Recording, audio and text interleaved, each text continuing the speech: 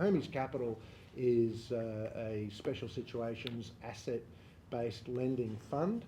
We've been going for 15 years. We do transactions all around Australia, lending against plant and equipment, accounts receivable, and sometimes we're required a bit of property as well. It's always a special situations type of scenario. Special situations could be turnaround, could be mergers and acquisitions, it could be funding high growth, and it's situations where basically traditional funders won't look at the scenarios, but there is enough in those sort of different kinds of assets for us to be able to get some funding up and running. I guess one of the things we say is that we've got money, but because we've been around a long time, we've got obviously a great team of staff who specialise in this stuff, and we've also got great networks. So, we're able to pull together some wonderful professionals like this who we work with from time to time on these deals. That's me, Hermes Capital. So now I will ask David, introduce yourself and tell us in particular how you engage with the manufacturing sector at the SME level. Yeah, sure. David Mansfield. I'm a partner at Deloitte, registered liquidator, trustee in bankruptcy. I specialise in providing advice to family-owned enterprises, mid-market insolvency as we call it. And where we're dealing with business, we're dealing with them at the restructuring phase, some level of turnaround, or even managed exits. Particularly in manufacturing, we're seeing some businesses making the decision to leave altogether, and so we're helping them with that phase. So as far as how we engage with manufacturers in the SME space, we're usually brought into that by their advisors, whether it's an accountant or finance broker or lawyer. And as I said, most of those businesses are family owned, or at least the businesses owners are very committed to the business and they've been with the business for a long time. So they've got a real personal attachment as well as financial. So it's really understanding with them what the drivers are for them in relation to what they want to the future of the business. That's really important to work through that, and to gain their confidence and trust, so that they can work with us to get a good outcome. And when you say managed exit, so does that mean closing the business down altogether, or selling the business, or merging with someone else? What does that normally look like? Well, particularly more recently, what I was thinking about that is we've had a number of businesses, often their second generation, in Western Sydney here where we are today. Those businesses that I'm talking about are lucky that they've actually owned the premises. So they've had the premises, they've been operating through them, and now they've had the decision as to whether or not they keep going or whether they close the business down. And we've also had some other businesses recently where they may have a long-term lease that's coming to an end, or they're a renewal period, and so they're making the difficult decision: do they keep going and sign up for another 5-year lease, or do they look at closing the business down? Most of those businesses that we're talking in that space, they will have already looked at other options about trying to sell the business, bring other business partners in, so they've usually got to that space. I think before you were talking about a crowdfunding for the purchase of a manufacturing business. I don't know how much you can talk about that. We might come back to that a bit later on, if you're able to talk about that at a high level. Yes, absolutely. Fantastic. All right, Gary, if you can tell us a bit about yourself and how you engage with the manufacturing sector. And I know you do big government and big corporate, but I guess at the sort of SME level. Yep, so at the SME level, typically what would happen is that a few people would decide it would be a good idea, for example, to make a caravan. So what they do is they buy all the bits and pieces, they have their superannuation funds, they set up a little factory, and they don't understand really how to make things efficiently. So they discover that what they do is they buy a whole lot of bits and pieces. You buy the bits and pieces, it takes about 10 times longer than what they allowed for, so they end up employing more people. By the time they end up employing more people, then they buy bits and pieces which aren't properly specified, so they don't fit together properly. They don't fit together properly means it costs even more, and then we get called in to try to figure out how to sort it out and to streamline it. All the people in our group, just about all of them, are either senior people out of manufacturing businesses, which doesn't exist so much in Australia anymore, or they've been senior people in, say, telco. We've seen a lot of the issues before. We're all grey-haired people like me, and we've had the experience of having problems, and we figured out how to fix them because we've had to in the past. So we pass that knowledge on to people these days who want to do the same, in a nutshell. And you're from Melbourne, which is Yeah. kind of the manufacturing Yeah. capital of Australia, and you've owned manufacturing businesses. Still do, yeah. And you get engaged sometimes by directors, but sometimes by other stakeholders, banks and Banks typically will use us. They'll say, look, we think it's, to quote one of the bank guys, good horse, bad jockey. So they figure that the business itself actually does work. It should work, the margin should be okay. It's in an industry that's not highly competitive, so you're not talking about high volume, you're talking about low volume.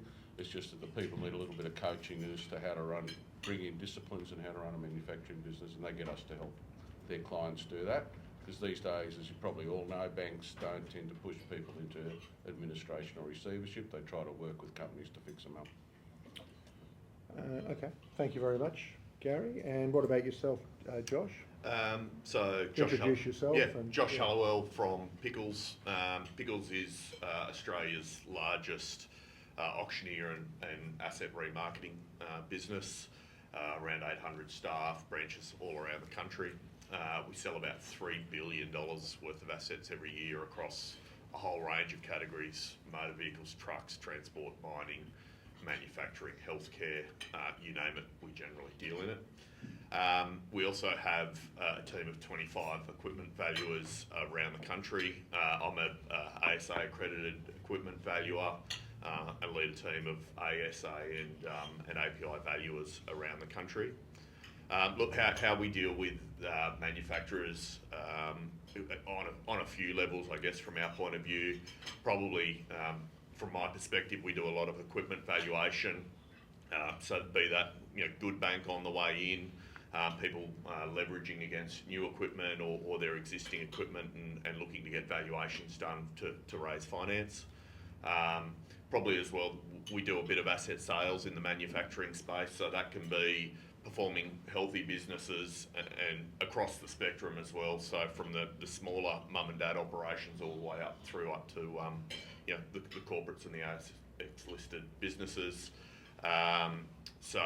Selling surplus equipment, site closures, probably also to some extent in the distress space where we are doing complete site closures and managing site exits for banks, financiers, liquidators, that type of stuff. So right across the spectrum.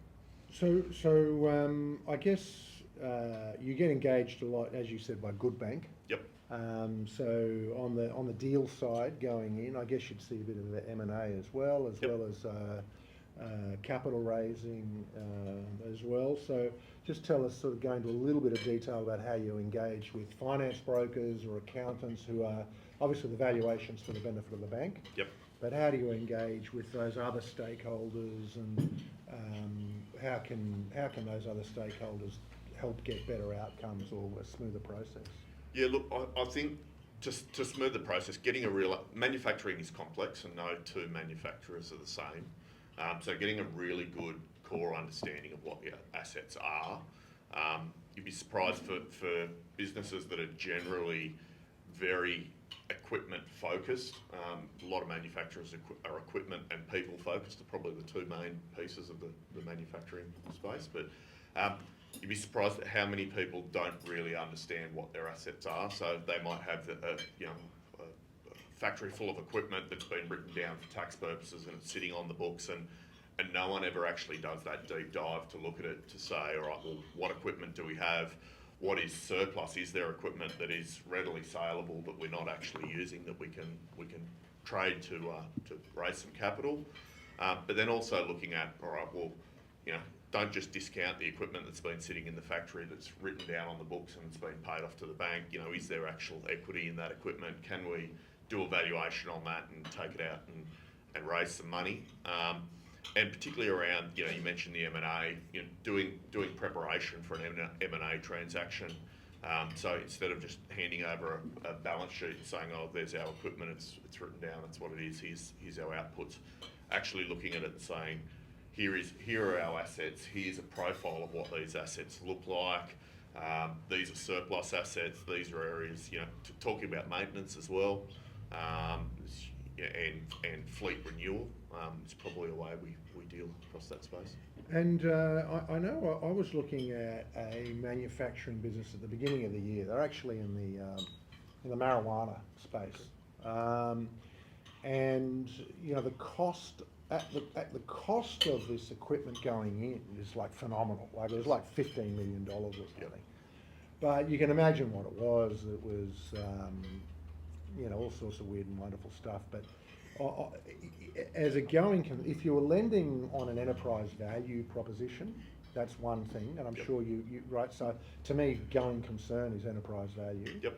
But we're in the sort of as a special situations lender, we're interested in what the stuff's worth under the hammer. Yep.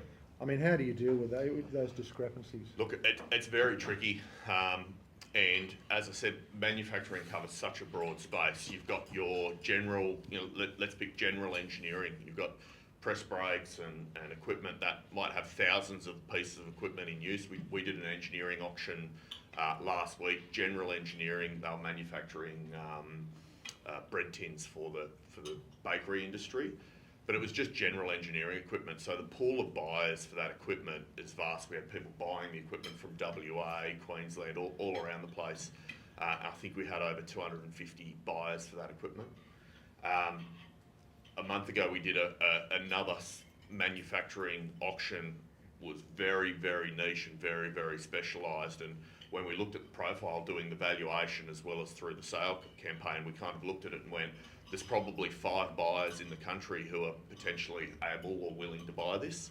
And then when you actually then drill down further, you talk to all of those those other competitors effectively, or others in the space, and they go, yeah, but we're fully tooled. This takes up a huge floor space. The cost of pulling this out of factory A and putting it in factory B is probably half the equipment cost. So there's all those considerations, and it's not a one size fits all when it comes to the valuation. You've really got to look at those other factors to say, all right, well, this is a readily saleable piece of equipment. If you need to sell this tomorrow, you'll have 50 people banging the door down, all the way through to if you try and sell this tomorrow, it's worth scrap metal. So you've really got to look at that and understand your equipment in the market as well. Well, it's interesting. David and I were talking earlier about a business that it was in administration, but he managed to find a buyer for the business. So I imagine that selling the equipment under the hammer might have been a different proposition, but Yep. we'll get to that momentarily. I'll add there as well. Sometimes, particularly in distressed businesses, the gap between going concern value and liquidation value, that being so big, can actually help drive an outcome and motivate, be it the bank, the liquidator, the existing shareholders, to support that, because there's such a big gap and the downside risk can be so huge. Sometimes that can drive an outcome to say, all right, well, let's support this thing and let's keep the doors open, because the downside risk is huge. Well, that's a beautiful segue for Gary, actually, because I guess preserving enterprise value would be top of mind for you. Gary, when you engage, I guess, in those scenarios where, whether it's fully distressed or just not profitable and you've been called in, I mean, there are situations where sometimes the answer is modernising the plant, for example, but because, and so the equipment finance broker or the accountant, whoever it is that's trying to arrange funding, it's there, this is the answer to solving, the business's problems, but because of the business's historical performance, they can't raise the money. I guess sort of a little bit of sort of turnaround 101, what are the first steps that you look at in stabilising a business and getting it ready, to move into that next capital raising stage? And is that any different for a manufacturing business? Yeah, look, at the end of the day, all businesses pretty much are the same.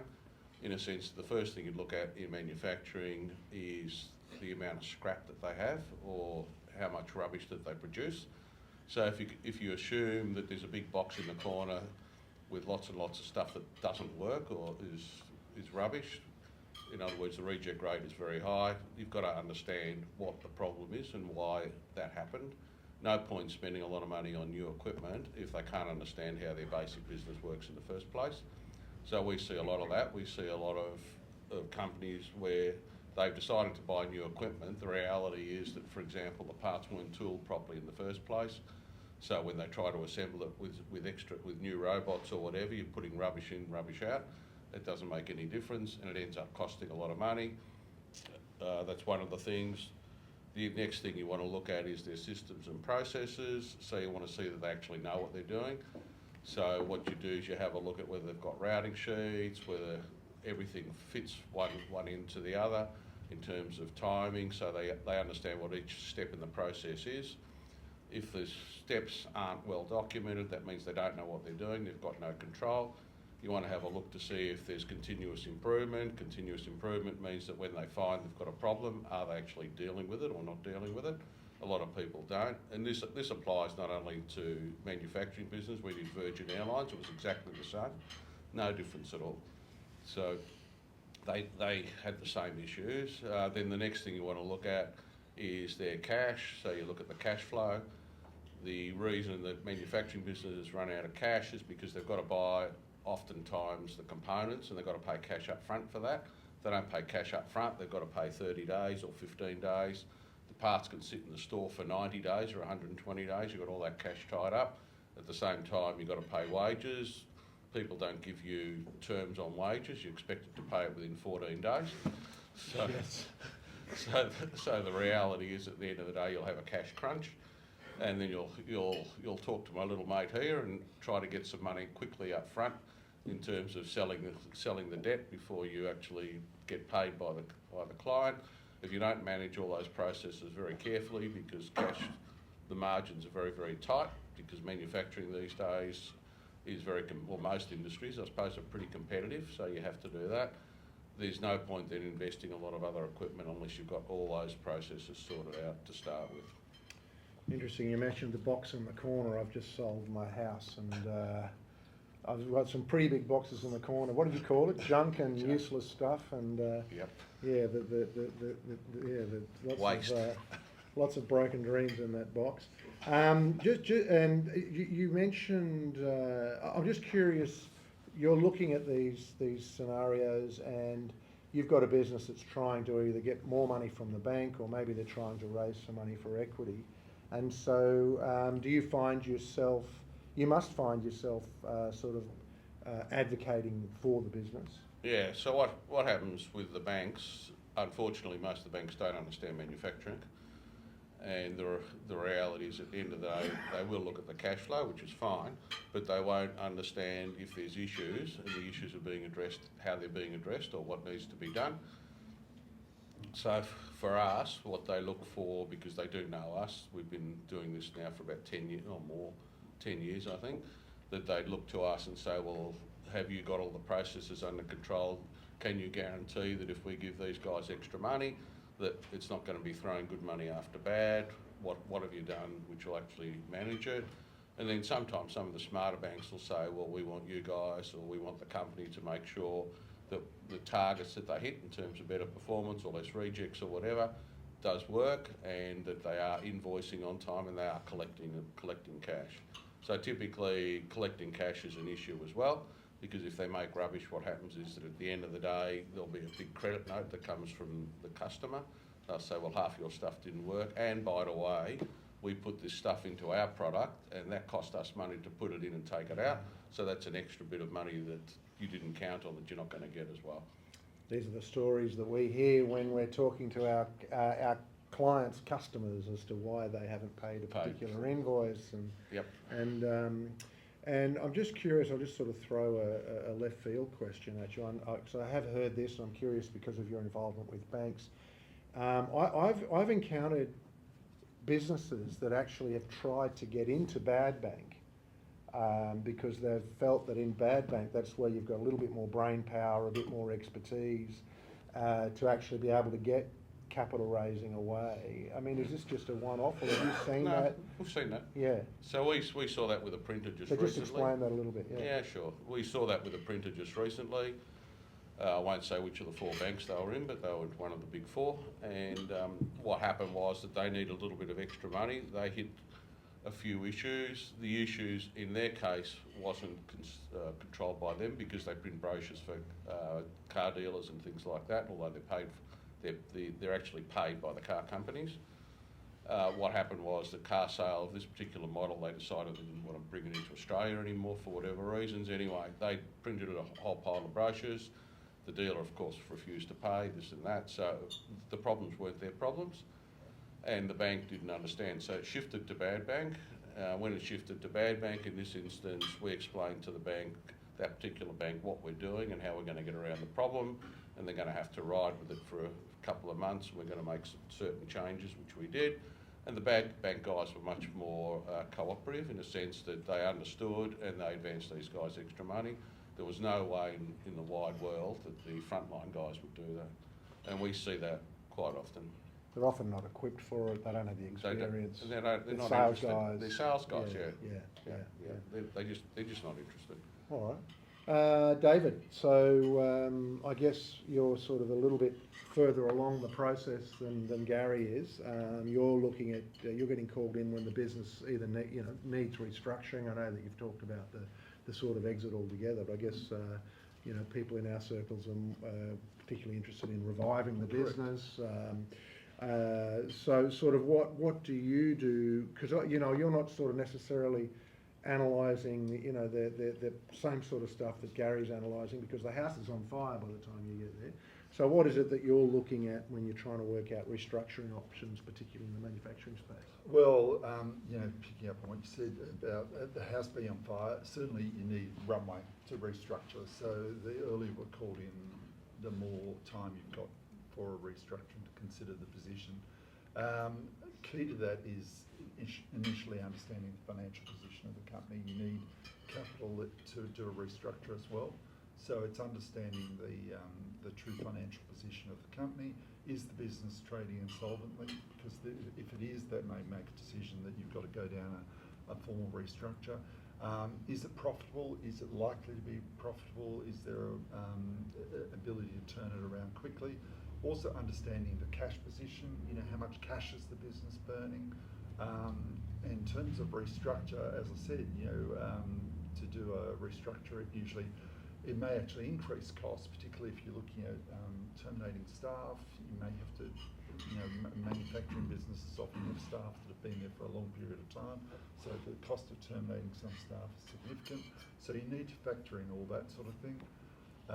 And then I guess for us, where we're going to take control of the business and run it through a restructure, we're looking at, have we got the funds to operate that business? What assets are available for us to use in that business?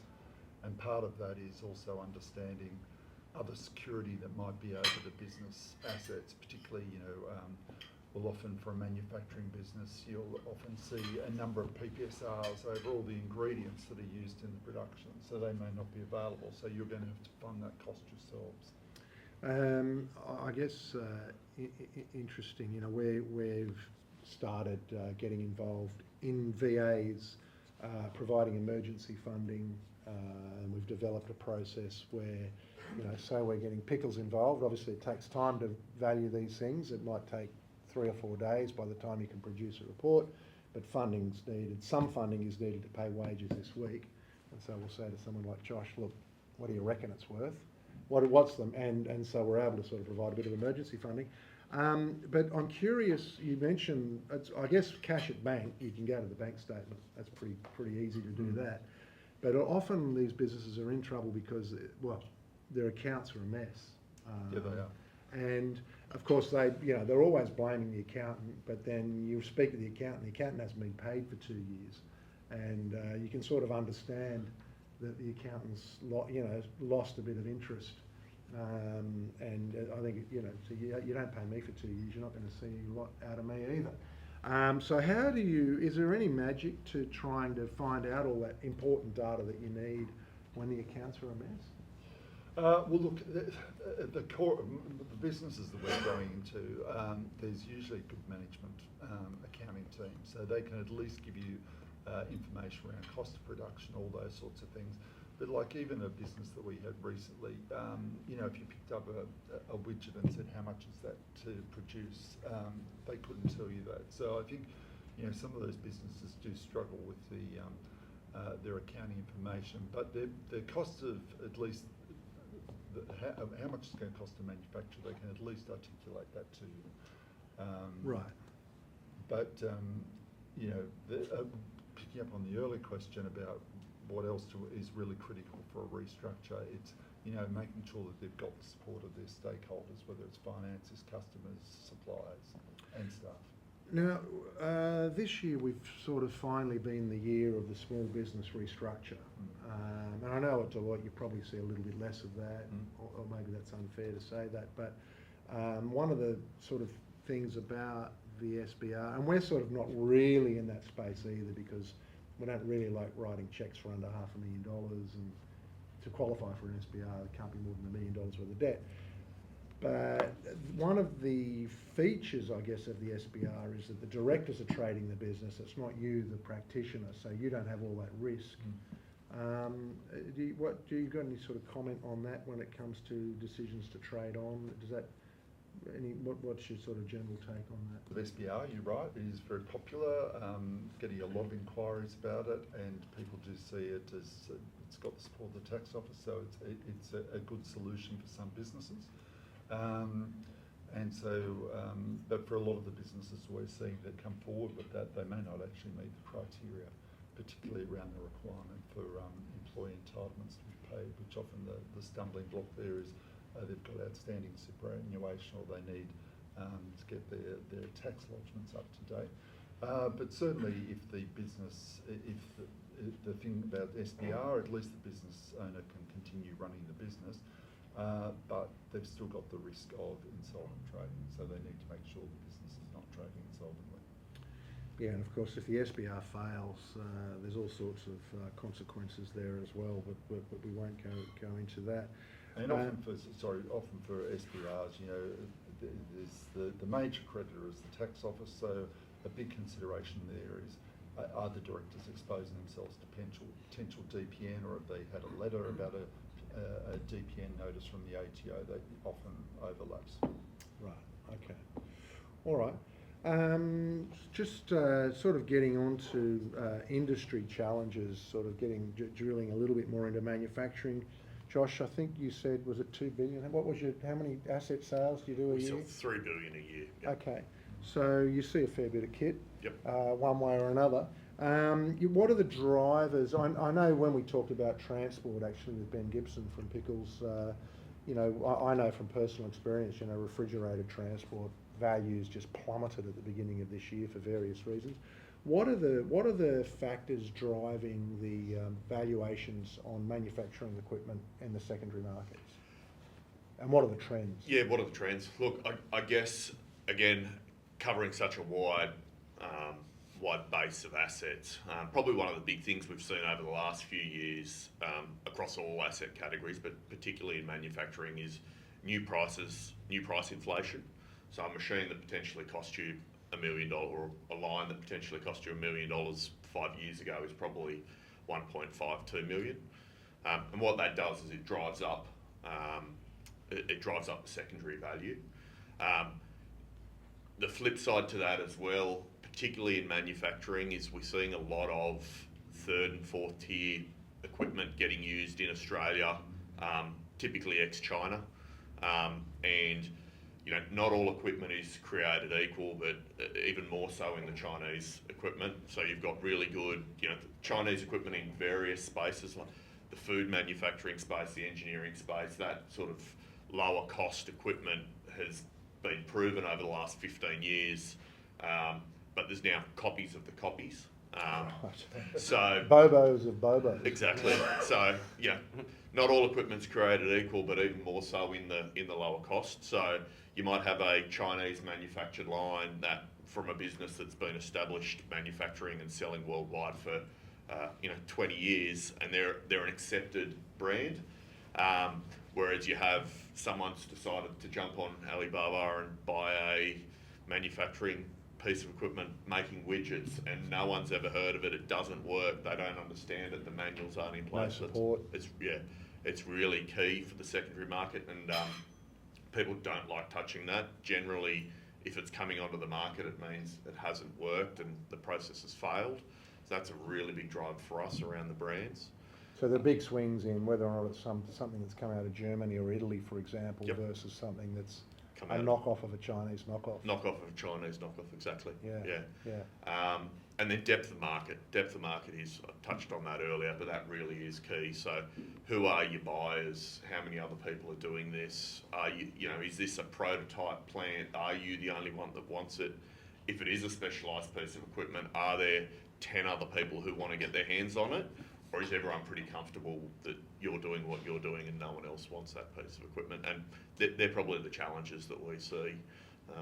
And tell us the process. I mean, if there's some specialised piece of equipment in particular, I mean, do you have a database? You go, well, there's 10 people that might want this, and you've identified those people and you're calling them directly, or? Oh, it's not even a database. It's just, you know, particularly the more and more specialised you get, it's just the hard yards. You have to make the phone calls. Quite often on that type of equipment, we engage with, be it for front end or back end valuation. You engage with the directors, the operators, the maintenance staff to say who else is doing this, is anyone else using this process locally, who are your competitors, and then getting on the phone to those competitors, to the manufacturers and the local agents and saying who's using this. One question I love to ask OEMs, particularly more specialised equipment, is, if this became available tomorrow, would you buy it back? And their reaction sometimes would, you know, sometimes you get, yeah, mate, I'll buy it back all day, every day, or I'll go, oh, you know, a bit wishy-washy. Right. That's always a Right. big gauge for, all right, well, they're comfortable. Yeah, right. How many of these are in Australia, operational? And if you get, oh, mate, there's 10 or 15, these guys are using it, these guys are using it.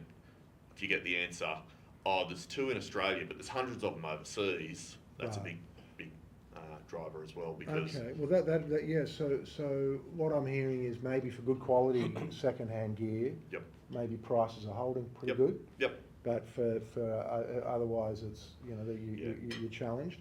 And I guess, you know, let me just put a question to you. Let's say that you have valued an asset and it is for fundraising purposes. Yep. And you've got and let's say the valuation's come in under what the finance broker was hoping for. Yep. You know, what are the common reasons you're finding you're giving people? Is, you know, is there some common factor into, you know, why I understand why asset prices are holding up. What are the things that maybe sort of suppress them a little bit? Yeah, look, I think the main conversation we have there where we're coming in below expectations is, and it's touching on that going concern versus OLV Right. difference. And that's all about, you know, understanding both the broker and the customer, understanding who is your lender, what are they lending against, and probably being frank up front to say, all right, well, we're lending it, you know, we're going to Big Four bank, they're going to lend against fair market value. This is a wonderful new piece of German equipment. Versus, oh, this is a 30-year-old machine. We lend, you know, we're going to XYZ. They're only going to lend against liquidation value. So having those conversations up front, because if you don't, that's when you have the gap in value. I feel it's more around the basis of value more than where the value actually lands. And what about industry analysis? You know, because I guess there's one thing. There's you know, for example, brewing assets we're talking about before. Very challenged. Everyone seems to have got into brewing, you know, and but the industry, there are certain factors in the industry. So to what extent does industry analysis come into it? It's Either trending up or trending up, trending down. Look, on the less specialised, and you know, I'd consider brewing not hugely specialised because there's a huge amount of people doing it. Looking at those trends, brewing's a great example because there is a huge amount of brewers struggling at the moment. Interestingly, you know, I touched on the Chinese point earlier. There is a huge amount of good quality Chinese equipment available. So a brewer that's set up 10 or 15 years ago using good Australian-made equipment, you can go and buy that exact same thing of a reasonable quality off the shelf for probably 25% of the price. Right. So, I mean, coming back to the question around the industry analysis, again, that's key to understanding, are there 1,000 buyers lining up for this? Or do I have 5 participants who don't really want another one of these because they'd just be happy to see it go? Sometimes you'll get lucky and you'll have one of the, in the specialised space, you'll have one of those 5 participants who may say, oh, we need to protect, or especially when it's even less, we need to protect the market and not let a new participant in, so we'll buy this and mothball it. Right. Well, they used to go a lot in the food manufacturing business, Absolutely. like 20 years ago. I remember people would buy stuff just to destroy it. We did a food manufacturing business that we sold up probably this time last year, and they had I call it a glorified salad spinner. So it was a machine that washes the lettuce for the bags of lettuce that we all buy at Woolies, and then they sit in the back of the fridge and rot. This machine, effectively, we had the grower wanted to buy this machine, and then you had their customer who they were selling to not wanting them to buy that machine. So this machine actually went for twice what the original buyer, the original business owner bought it for 20 years ago. Just because you had that sort of out of the market, irrational behaviour. Larry David might call that a spike buying. Yes. Yes. Okay. Gary, anything that you were just picking up from what Josh was saying there? Excuse me. Yeah, certainly in terms of second-hand equipment, that's quite often an issue for the reasons that you said before. So if the equipment doesn't work, then all of a sudden you've got a problem how to get it fixed or how to run again. The issue being that, for example, if you're making widgets for somebody else, could be say for a truck company or somebody who needs mass-produced product, and you can't produce the bit that goes into their bit, then all of a sudden they can't produce their bit, which means it becomes a real issue. So suppliers, generally speaking, have to have equipment that they have information on, that they can service, and so on. So typically, even in the electronics business that I had initially, we had equipment that was fairly new, was technologically advanced compared to anything else in Australia, and we had to have a deal with a crowd in the UK, which is where this equipment was made, that stuff would be, or technicians could be flown over within 24 hours, and if we needed somebody in a hurry, we had a deal with another company in New Zealand at the time, so we could get people to fix it straight away. So it's really important for second-hand equipment and for equipment that's on the market that you can keep it going. If it's got bits and pieces in it that are redundant, you can't buy them anymore, you're in deep trouble as soon as it doesn't work. And it'll cost you a hell of a lot more than any savings you might have made in the equipment in the first place. So buying second-hand equipment is fraught with danger. That would be our advice. And we see that sometimes in manufacturing businesses we go to. All of a sudden they can't produce stuff, or the quality of the stuff coming out, one's good, one's bad. So all the raw material that you use, which is roughly 50% of your cost, is thrown out the door, which means you're losing money very quickly. What do you see many scenarios where you've gone into a manufacturing business and they've bought the Chinese knockoff of the Chinese knockoff, and there's a scenario where you see that, and where they need to replace it with the proper stuff? Not very often. Right. Not in Australia. Australians luckily are fairly conservative, and they've been bitten probably about 4 or 5 years ago when they have bought knockoffs off knockoffs, and they've ended up losing a hell of a lot more money than what they saved on the equipment that they bought, and also the equipment that they buy it direct. Sometimes they think they're very clever and they buy it direct off some Chinese distributor somewhere, and it doesn't work. So typically it'll come to Australia, it doesn't work from day one. That's quite common. And then there's an issue with trying to get rid of it because you can't. Yep. Right. Yeah. Scrap. And is that ever part of it? So you do find that being part of the story when you're reporting back to banks as to what's gone wrong? That's an interesting question. Generally speaking, the banks won't lend money against that type of equipment. They'll lend it to the second or third tier lenders. That's what we're finding. Right. Yeah. Okay.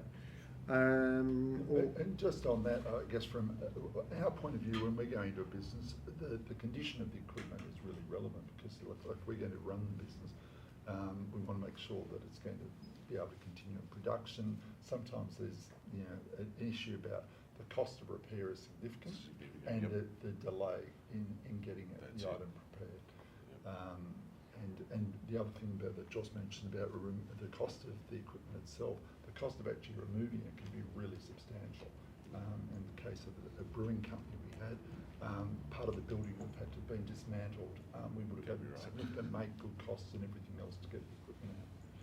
Well, I guess one of the problems with if a business is, if it does have the wrong equipment or its cash flow suffering, then the R&M, the repairs and maintenance can then, starts to go, and then you start getting the sort of problems that you're talking about. David, so we're in the sort of capital raising processes, obviously, the operational stuff that Gary's talked about, and there's the equipment valuation side of stuff that Josh has talked about. In a restructuring scenario where you're talking to accountants and other business advisors, brokers, or whoever it might be, what parts of the restructuring process do they often not understand that you have to find yourself explaining to them to help them do what they need to do? Well, I think certainly the actual process, how it runs, I think that they don't necessarily understand, and it's probably like drinking from a fire hose. They take a lot of information on it all at once. So you need to go through, and sometimes there's quite sophisticated people that will pick it up very quickly. Other times you sort of having to go through it several times. Particularly, I guess, where you're dealing with a family and there's that may own the business, they want to bring everyone along with that decision, and so you'll need to have multiple meetings to try and explain the process of the voluntary administration. I think is, if it's say a voluntary administration, that would be something that you need to invest a lot of time on, and give them confidence about the process and what the outcomes might be, so that they're very clear about that. And then I think the other aspect about that is them understanding what the cost of the restructure is going to be, the cost of the advisors, the cost of the actual financing needs for the business, how that's going to be structured during the period of the restructure. Often people will say, look, we've got an overline credit, we've got a line of credit with the bank, we've only drawn so much of it, we can draw the rest, right, and you can rely on that. Yeah, well, of course, that disappears and it's appointed usually, and you may have to have a conversation with the bank. Yeah. So it's really understanding the financing needs for the VA period, if it's going to be a voluntary administration. It's interesting when you're talking about multiple stakeholders or multiple family members, whatever it might be. It's certainly a challenge in our business, because what we're doing is a little bit more complex than a home loan or a car lease. And it's one thing for me to explain something to someone, but then if they then try and explain what I've explained to the next person, of course, the message gets all garbled. It's a bit like Chinese whispers. Exactly. And the other part about that is them understanding, whilst you're looking at a restructuring solution, you're doing contingency planning. So you're looking at what are the other options, and you need to also be able to at least articulate to them, the worst option and what that might mean in terms of the company and to them personally, so that they're at least invested in which option you pursue. And are there any sort of specifics that you find yourself, coming up in commonly that you're having to explain, say, to advisors, for example, that they don't necessarily understand at the get-go? I think the understanding, certainly around tax obligations and director penalty notices, how they apply, that is definitely something that we find that we have a lot of discussion with people about. Understanding the difference in terms of director penalty notice between what a lockdown DPN is and a non-lockdown DPN. There is often misinformation that people think that they can just put the company into a formal arrangement, formal insolvency arrangement, and avoid any liability under a director penalty notice. And of course, a lockdown DPN will attach to the directors regardless, so they're going to have that obligation to pay. So that's certainly one issue, and also understanding around that where there might be multiple directors, understanding that it's a joint and several liability against all the directors. It's interesting you talk about cost, because voluntary administration, it's not free. No. And I always find it fascinating when someone's got a deed of company arrangement and the creditors are accepting 20 cents in the dollar, which means but it's 20 cents in the dollar on $2 million, for example. I mean, notionally that means they've saved $1.6 million, and then they want to sort of argue about the cost of the whole process. Yeah. And that's why they need to be realistic about what those costs are up front. And of course, the other part about that is what the timeline for the process is, particularly if you're looking at trying to get, even to, if they're trying to formulate a deed of company arrangement, often that's going to be requiring that they may have to get other people contributing money, and sometimes family members, other finance from other personal assets outside the company. That process can often take a long time for them to get that that lined up. And the other aspect about that is, if you know, when you're looking at voluntary administration, you're looking at deed of company arrangement, but you've also got to assess a sale on the open market as well to see which is the best interest for creditors. So sometimes that sale process will also take a long time, right, because you're dealing with lots of people, and people want to go through due diligence process, and that may drag out. Well, of course, a dragged out process if they're expecting the business to keep trading, because you want to maintain the value. Correct. Obviously, if the business shuts down, it sort of loses a lot of value. And I guess that presents all those other challenges of working capital to trade through that process. Absolutely, and you know, almost certainly there's going to be a secured creditor in there, a bank or something else. They've got a vested interest in what's going on, so it's keeping them informed and aligned with what the strategy is. And you know, that in itself is a problem, because often the directors have lost credibility with the bank. So we're sort of rebuilding what the actual position is with the bank, and sort of building a relationship with them, so they've got we've got credibility about what we're telling them in terms of the future options as well. All right. Well, look, I'll ask you each just one last question each, and then if anyone else, our audience has questions, we'll throw to the floor. Josh, what advice would you give finance brokers and accountants on how they can better collaborate with valuers to help in the capital raising process? Yeah, I think, and we're probably all going to say the same thing, being sort of a panel of advisors and consultants, but going early, advising, you know, getting involved really early is probably key. And probably the other thing is having a valuer, you know, from our point of view, having a valuer who's, you know, prepared to have the conversation up front and be fairly frank, you know, and understand what your needs are. So, you know, that conversation around, right, what's the lender lending against? Is it fair market value, going concern value, or is it liquidation value? I mean, having a valuer who's going to explain the difference between those two, and maybe even someone, you know, who's willing to put in a bit of time to look at it and go, look, I don't know what that number's going to be, but it's going to be close to the fair market value, or it's going to be a long way away. So discussing those risk scenarios and avoiding that sort of hard conversation after the fact, and yet regularly understanding what your assets are, you know, not just having a balance sheet that is written down to fairly low, really regularly understanding, and there's other reasons for that as well around insurance, you know, tax and accounting purposes, but really regularly understanding what your assets are, what's being utilised, what's the value of those assets, and not doing it as a knee-jerk reaction when you urgently need capital. Okay, and Gary, what advice would you give, you know, advisors, accountants, and brokers on how they can support their manufacturing clients during these capital raising processes? Yeah, when it comes to capital raising, generally speaking, at the end of the day, the advisors have to be confident that the company and management particularly know what they're doing.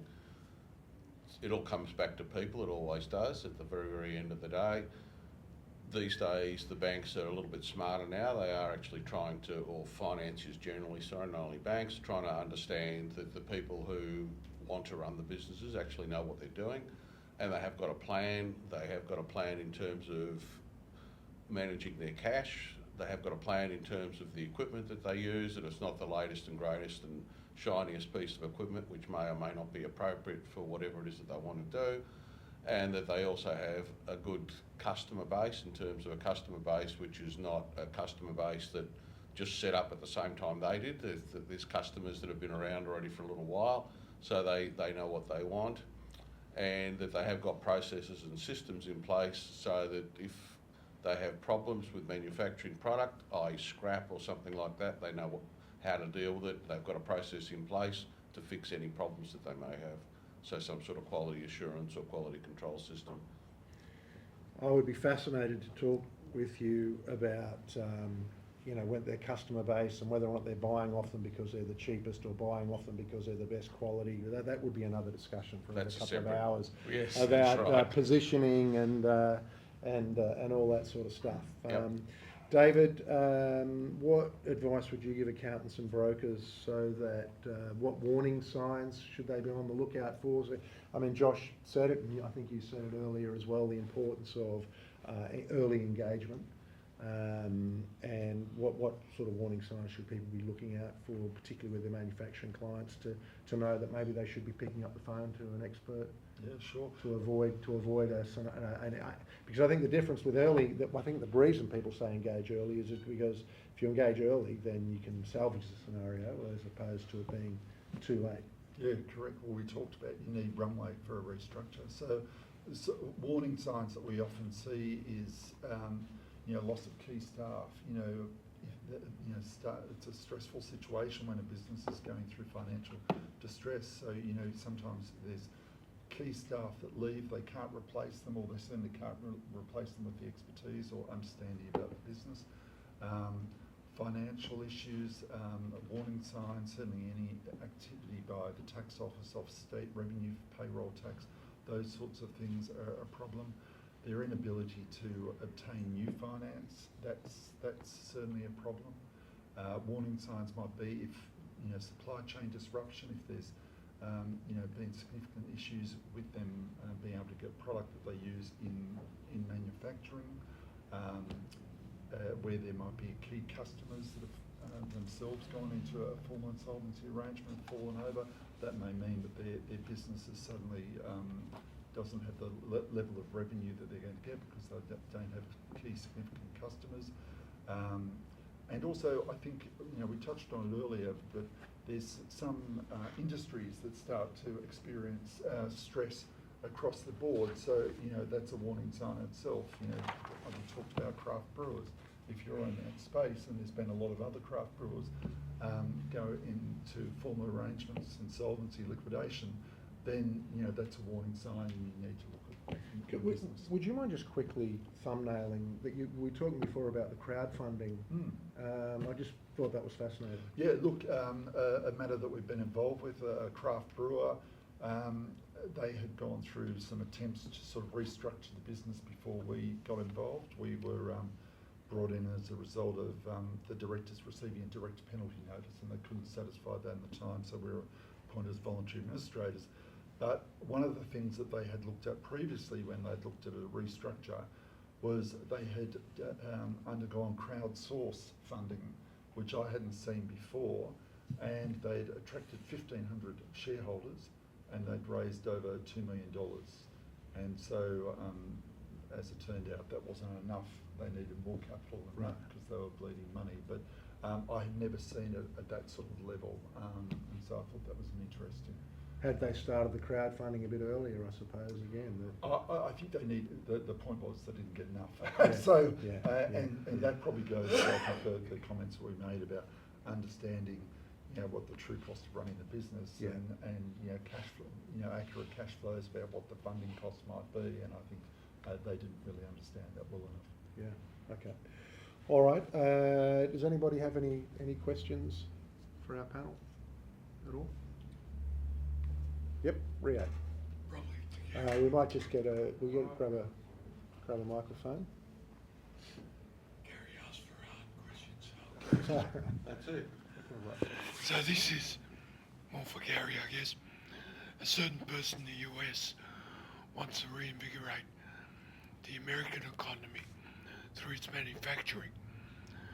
Given our brain drain, our high cost labour market, the regulated labour market, can we do that in Australia, or is manufacturing on its way out here? That question is, in my case, I can talk from experience. We have got a factory in China that makes electronic controls as well. That was very competitive about 4 years ago. Today it's not. The cost of making product in Australia versus the cost of making product in China is about the same. The reason for that is that wages in a lot of these third world countries aren't third world anymore, so they're very high. In the case of Asia, generally speaking, the corruption charges are still very high. So people can say that they don't exist, that's just rubbish, they still do. If you want things done, you've got to pay, and you've got to pay people to get things, duty, or you've got to pay basically bribery to get things done. So the result of all of that is that you do get certainty when you pay bribery. You know things will happen the way you want them to, but it does cost you money. It's a cost of doing business. In the case of, for example, the US, a lot of the manufacturers have pulled out of China, which is why China's got a lot of the problems they've got now, i.e. General Electric and Miele, people in Germany. They've all moved back. In the case of Miele, they've gone to Vietnam. In the case of General Electric and a few other large US companies, they've gone back to the US, and they're making product in the US for that reason, that there's uncertainty, there's country risk. So I think in the case of Australia, you can make products as long as it's niche, it's not high volume, quite cost effectively in Australia, because there are smarter people, say, in Australia than, or more innovative people in Australia than what there would be, say, in Asian countries at this point in time. And you'll get more out of the box ideas, and therefore that will keep Australian manufacturing going. So specifically, Gary, what sort of manufacturing sectors are you optimistic about? It'd be niche markets. So it'd be, for example, medical products would be one example. It'd be bits and pieces for planes is another example, because they're all niche products. Believe it or not, it's defence as well. The problem with defence is the Defence Department. We won't go down that path. But the reality is that Australians are very innovative. For example, they've developed radar and things that no one else in the world has done. So in other words, it'll pick up all sorts of different frequencies all at once. The problem is that in Australia, you can produce at low volume. As soon as it becomes a little bit popular, then overseas countries will figure, well, this is what we need to do, and then they'll buy that technology from Australia. So Australia has got the capability to do a lot of niche product manufacturing. It's interesting you mentioned defence, because I travelled to Adelaide and Perth the last couple of weeks, and I've heard some, particularly finance brokers, are starting to target defence. I guess it's kind of the new manufacturing sector. So is there more going on in defence, or what's the? I think the jury's out. The political view is that Australia needs to make a lot of product for defence. We don't see that in reality, is the truth. In terms of, we see a lot of innovative ideas come out of different people. We don't see the Defence Department running with them, and I won't go down all the particulars. And in one case we have worked with, in the end it was taken up by US companies because they recognised the product innovation, and then the joke is that then the Australian companies, the Defence Department now buys it from the US. I've been hearing that all my life. You know, great ideas in changed. Australia going overseas. It's a cliche, but it obviously happens. Still keeps happening, yeah. Any other questions? Yes, Barry. Following on the same theme, in relation to the US and all, I mean, Albanese has this Future Made in Australia policy where he's throwing a lot of money into trying to develop manufacturing industries. Yep. A couple of questions. One is, what's the panel's thoughts on, you know, the success of that? Is that enough money? And then I guess also follow on why companies, we develop a lot of technologies here and a lot of them go offshore, and my thoughts are that we lack this sort of like capital and that value of depth to try and get products into a manufacturable sort of like capability. What are your views in terms of sort of like being able to sort of like incentivize manufacturers to sort of like get to that stage where they can actually produce product for sale or export? Yep. So to answer the first part of the question, government's very, very bad at picking winners. They've never done it ever, as far as I can see. So why should they start now? The second part of the question, which is a more interesting part, is the support of industry generally in Australia. So generally speaking, in Australia, I guess the best way to put it is banks are extremely conservative, much more so than they are in other parts of the world. So off the back of all of that, they won't lend to innovation. It's very, very unlikely, even if you can produce proof that you can produce something, even if you can produce proof that you've got customers, banks are still very, very reluctant because they'll say, well, you don't have a track record, you don't have this, you don't have that. Typically what happened in the UK, if you want a typical example, is that the UK decided that they needed to reinvigorate manufacturing because they figured they've got to make something. And what happened there was the government backed the banks. So what would happen is if it looked like something that the banks supported, looked like something that had a good idea, then the government will say, well, look, if this company goes broke, then the government will fund the losses that the bank might make. And that's how they got manufacturing going again in the UK, and that's typically what they do in Asia. They don't do that in Australia.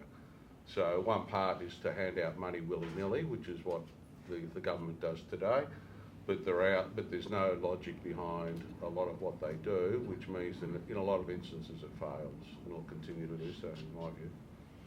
All right, look, when I looked at my watch on my phone 2 minutes ago, it was 8:30, and now it's nearly 9 o'clock. Yeah. So I think that we've had a really engaging, very interesting session. Everybody's still here, so thank you very much. And we've really got some great information here from everybody here. So I'm going to thank David Mansfield, partner at Deloitte. Thank you, Nick. Gary Tescher, principal at Promentor, Thanks, and Josh Hallowell, national manager at Pickles.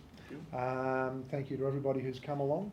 I will say to anybody who is listening on our podcast or watching online on YouTube, LinkedIn or Facebook, thank you very much for watching, and make sure that you subscribe to our Lunch Money channel, and give us some likes and shares and all that sort of stuff. Thank you very much, everybody. Thank you. Thank you.